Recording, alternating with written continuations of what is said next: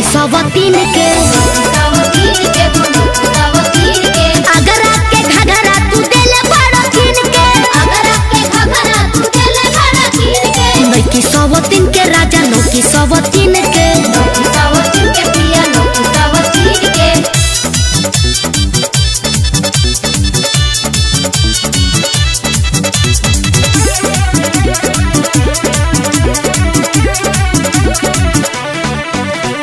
लागल बाते आग देही में जब से बानी सुनले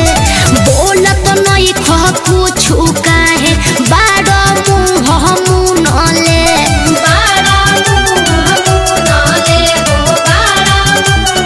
अरे लागल बाते आग देही में जब से बानी सुनले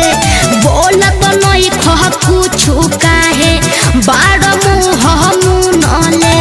चेहरा बनैले बाड़ा जैसे हवा चीन के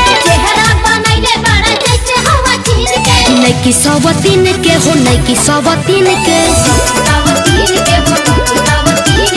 अगर के घघरा तू देले बड़ा किन के नैकी सवतीन के हो नैकी सवतीन के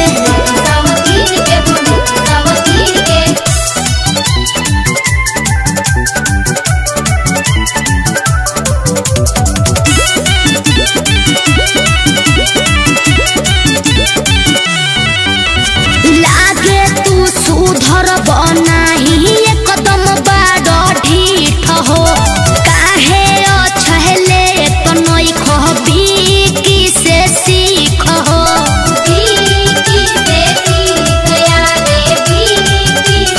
अरे लागे तू सुधर बनाही एकदम बाड़ा ढीठ हो